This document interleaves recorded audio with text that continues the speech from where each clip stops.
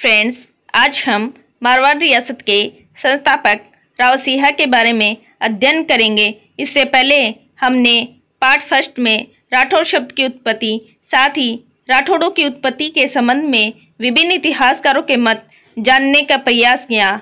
Friends, चलिए शुरू करते हैं हमारी मारवाड़ रियासत की सीरीज का पार्ट सेकेंड। फ्रेंड्स, आज हम मारवाड़ रियासत के संस्थापक राव सिंह के बारे में अध्ययन करेंगे, जिनका शासनकाल 1240 से लेकर 1273 ईस्वी तक रहा।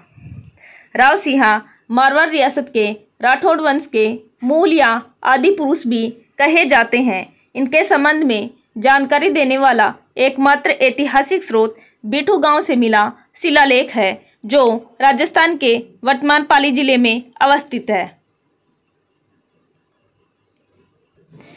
पाली को दो कारणों से मारवाड़ रियासत के इतिहास की दृष्टि से याद रखना जरूरी है। पहला, हस्तिकुंडी की शाखा, जो राठौड़ों की शाखा पाली में विद्यमान थी। दूसरी, बिठू गांव में मिला राव सिंह के समय का शिलालेख है।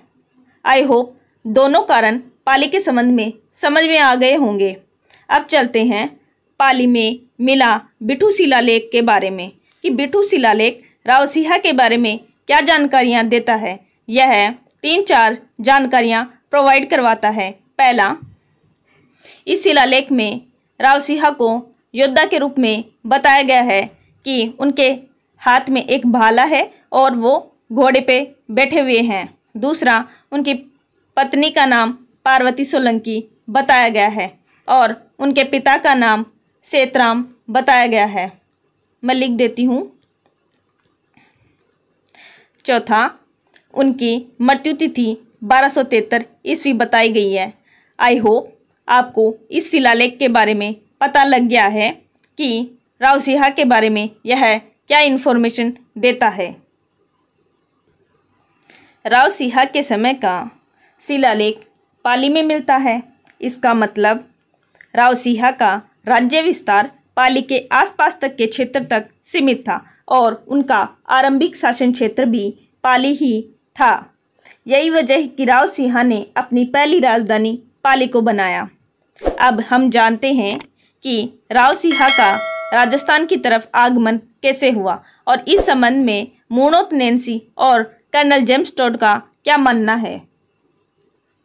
मुणोत नैन्सी का मत है कि 1194 में चंदावर का युद्ध होता है, जिसमें जयचंद हार जाता है और मोहम्मद गोरी विजयी रहता है। इस युद्ध के समय राव सिंह बदायूं के गवर्नर थे। जैसे ही यह युद्ध समाप्त होता है, इस युद्ध के बाद जयचंद के पौत्र राव सिंह राजपूता होते हुए द्वारका तक की यात्रा करते हैं। इस पूरी की पूरी घटना को हम एक मैप के थ्रू समझते हैं।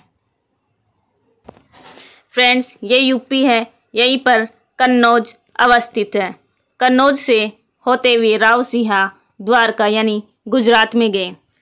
यहीं पे उन्होंने एक घटना का जिक्र किया है कि रास्ते में सोलंकी नरेश जयसिंह ने मरुलाखा के विरुद्ध राव सिंह से सहायता मांगी और राव सिंह ने उसकी सहायता भी की। इसके बदले राव सिंह का विवाह जयसिंह की पुत्री पार्वती सोलंकी से होता है, जिसका जिक्र हमने बिठू शिलालेख में भी किया। ठीक इसी प्रकार कर्नल जेम्स टोड ने भी एक घटना का जिक्र किया है। उनका मानना है कि पालीवाल ब्राह्मण जो पाली में अवस्थित थे, ये लोग मेर जाति से परेशान थे। इन्होंने राव सिंह से सहायता मांगी और राव सिंह ने इनकी सहायता की। बदले में राव सिंह को पालीवाल ब्राह्मणों से पाली का कुछ क्षेत्र प्राप्त होता है। बाद में कर्नल जेम्स टोड ने माना है कि बाद में राव सिंह ने पाली का संपूर्ण क्षेत्र अपने अधिकार में कर लिया था। फ्रेंड्स, मैंने मैप के थ्रू आपको समझाने की कोशिश की है। आई होप आपको समझ आ गया होगा।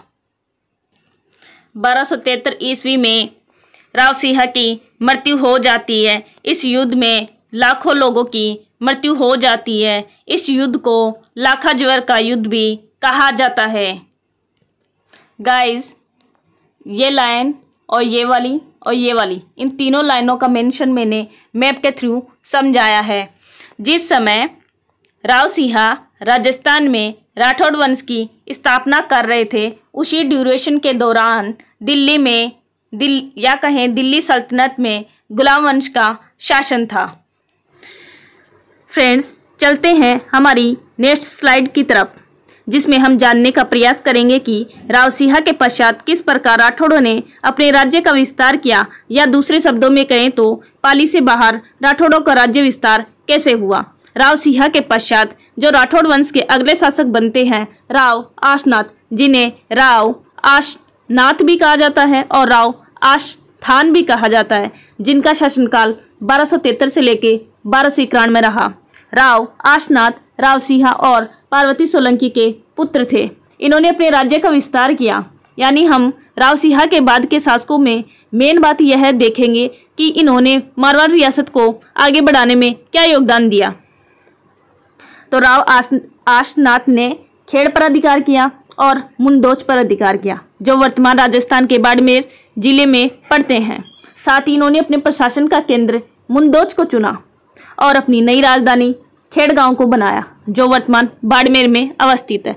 और यहीं पर भगवान कृष्ण का मंदिर भी बनवाया, जिसे रणछोड़राव मंदिर भी कहा जाता है। आई होप आपने अपने कभी पर्यायवाची शब्द सुने होंगे, तो वहाँ पर भगवान कृष्ण के जो पर्यायवाची पूछे जाते हैं तो रणछोड़ नाम भगवान कृष्ण का ही दूसरा रूप है, या कहें उनको ही रणछोड़ के नाम से जाना जाता है। इन्होंने गुजरात के ईडर के भीलों से भी युद्ध किया और ईडर के भीलों को पराजित कर और वह क्षेत्र किसको दे दिया, अपने छोटे भाई सोनंग को।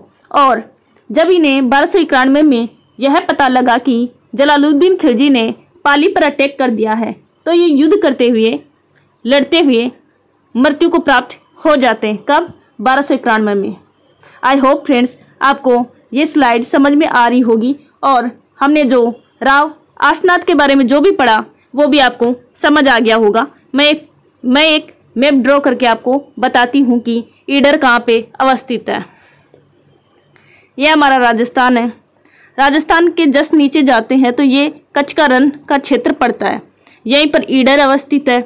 बात करें खेड़ की और मुंदोच की, तो जो ये राजस्थान है इसका यहाँ पर बाड़मेर जिला है, जो जैसलमेर के नीचे अवस्थित है। वहीं पर मुंदोच है और वहीं पर खेड़ गांव भी अवस्थित है। फ्रेंड्स, आई होप आपको समझ में आ रहा होगा। चलते हैं हमारे नेक्स्ट पॉइंट की तरफ। राव दुहड़ जिनका शासनकाल 1291 से लेकर 1309 रहा। जिस समय राव दुहड़ राजस्थान में मारवाड़ रियासत का राज्य विस्तार करने में लगे हुए थे, उसी टाइम पर भारत में खिलजी वंश का शासन चल रहा था। राव दुहड़ का मारवाड़ रियासत को लेकर क्या योगदान रहा? इनका सबसे मोस्ट इम्पोर्टेंट योगदान नागनेची माता को लेकर रहा है। नागनेची माता, जिसे राठौड़ों की कुल देवी भी कहा जाता है। आई होप फ्रेंड्स आपको समझ आ रहा होगा। अपन एक मैप के थ्रू समझते हैं। जैसे ये हमारा इंडिया है, यहाँ पर कर्नाटक अवस्थित है। इस कर्नाटक की जगह से राव दुहड़ नागनेची माता, जिसे चक्रेश्वरी माता भी कहा जाता है, उसकी मूर्ति कहाँ पर लेके आए? राजस्थान के बाड़मेर के नागाना गांव में। और जो नागनेची माता है, इसके बारे में कुछ फैक्ट्स जान लेना जरूरी है। जैसे कि ये ऐसी एकमात्र राजस्थान की माता है जिसकी मूर्ति काष्ठ की बनी हुई है। काष्ठ का मतलब लकड़ी की बनी हुई है, और ये बाड़मेर में अवस्थित है और नागाना गांव में। कुछ और बेसिक फैक्ट्स हैं कि इनकी 18 भुजाएं हैं, और यह भी हमारे लिए जान लेना जरूरी है कि नागनेची माता की मूर्ति कहाँ कहाँ राजस्थान में अवस्थित है। जैसे ये राजस्थान का मैप है, यहाँ पे पड़ता है बीकानेर। बीकानेर के जूनागढ़ किले में नागनेची माता की मूर्ति अवस्थित है। साथ ही मेहरानगढ़ का दुर्ग जो जोधपुर में पड़ता है, वहाँ पर भी नागनेची माता की मूर्ति है। साथ ही बाड़मेर के नागाना गांव में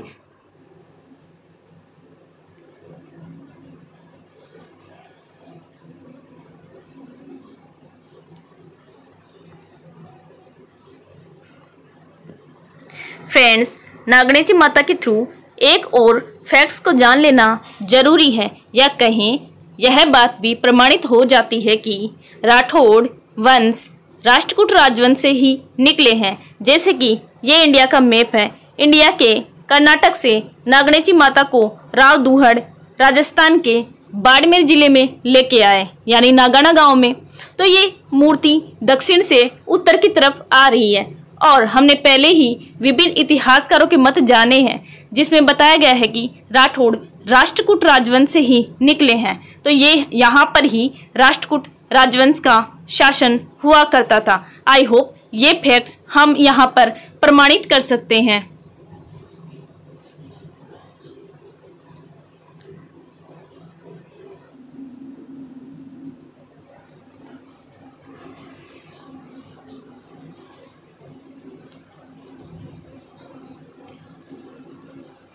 फ्रेंड्स, राव दुहड़ के बाद राव सल्लू का शासक बनते हैं, जिनका शासनकाल कुछ समय के लिए ही होता है।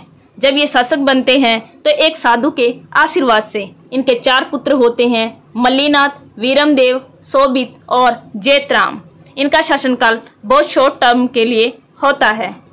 फ्रेंड्स, अगले जो शासक हैं मारवाड़ रियासत के, वो हैं राव मल्लीनाथ, जिनका 18 वर्ष की आयु में इनका राज्याभिषेक हो गया था। इनका विवाह रानी रूपादे से हुआ।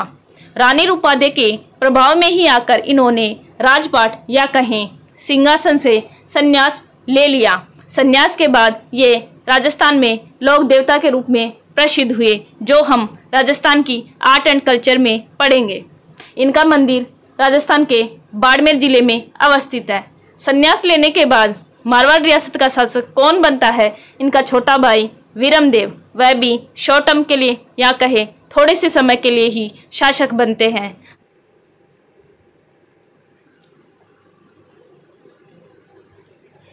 फ्रेंड्स, इफ आपने हमारी लेक्चर सीरीज देखी है तो आप इस क्वेश्चन का आंसर इजीली कर सकते हैं, जो वीडियो मेंस 2022 में पूछा गया है। आइए इस क्वेश्चन को डिस्कस करते हैं। क्वेश्चन है, मारवाड़ में राठौड़ वंश के निम्नलिखित प्रारंभिक शासकों को काल क्रम अनुसार व्यवस्थित करें। आपको पता ही है, जैसा कि हम स्लाइड में भी डिस्कस कर चुके हैं, कि सबसे पहले राव सिंहा ही आते हैं, जो मारवाड़ या कहें राठौड़ वंश की स्थापना करते हैं। फिर राव आस्थान आते हैं, फिर उसके बाद राव दुहड़ आते हैं। उनके बाद छोटे अयोग्य शासक आते हैं, जिनमें राव रायपाल भी हैं। इसका मतलब इसका आंसर सी होगा, 1, 2, 3, 4। सो फ्रेंड्स, अभी तक हमने राव सिंहा से लेकर राव मल्लीनाथ तक के मारवाड़ शासकों के बारे में जानने का प्रयास किया। साथ ही हमने देखा कि इन शासकों का मारवाड़ रियासत के विस्तार करने में क्या योगदान रहा। फ्रेंड्स, हम नेक्स्ट स्लाइड में देखेंगे, या कहें नेक्स्ट लेक्चर में हम देखेंगे मारवाड़ रियासत के शासक राव चूड़ा के बारे में, जिन्होंने मंडोर पर अधिकार कर लिया और आने वाले शासकों के लिए एक प्लेटफॉर्म उपलब्ध करवाया। फ्रेंड्स, मेरी पूरी कोशिश रहेगी कि हमारी लेक्चर सीरीज आने वाले राजस्थान की प्रतियोगी परीक्षाओं में हेल्पफुल हो। फ्रेंड्स, वीडियो अच्छा लगे तो सब्सक्राइब करना ना भूलें, साथ ही बेल आइकन को प्रेस करें। मिलते हैं जल्द ही राठौड़ वंश की सीरीज के पार्ट 3 में।